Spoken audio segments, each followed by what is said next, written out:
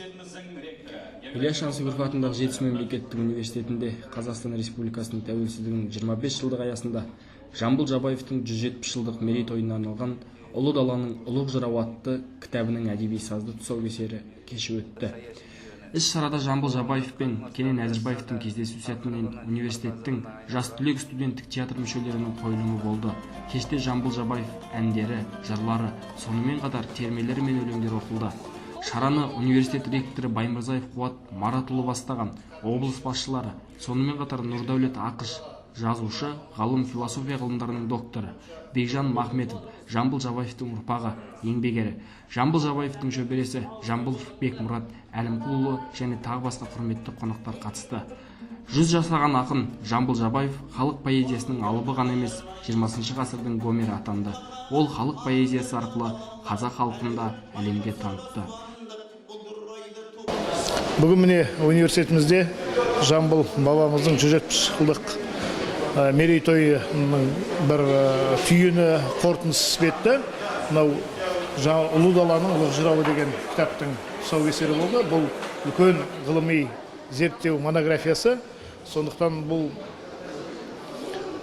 кітапта Жамбыл туралы бүгінгі біздің тәуелсіздік кезеңдегі зерттеулер енгізіліп отыр.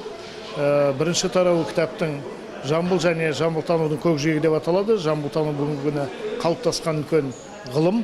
Қазір республикамызда, мысалы, Қазақ ұлттық университетінде, педагогикалық университетінде жамбылтану және халық ақындары деген үлкен бөлім бар.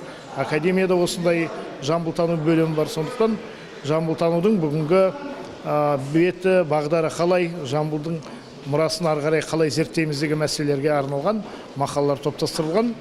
Екінші тарау Жамбылдың айтыскерлік өнері, импровизаторлығы және Жамбылдың ақындық дәстүрі, яғни ақындық мектебі деген мәселеге арналды.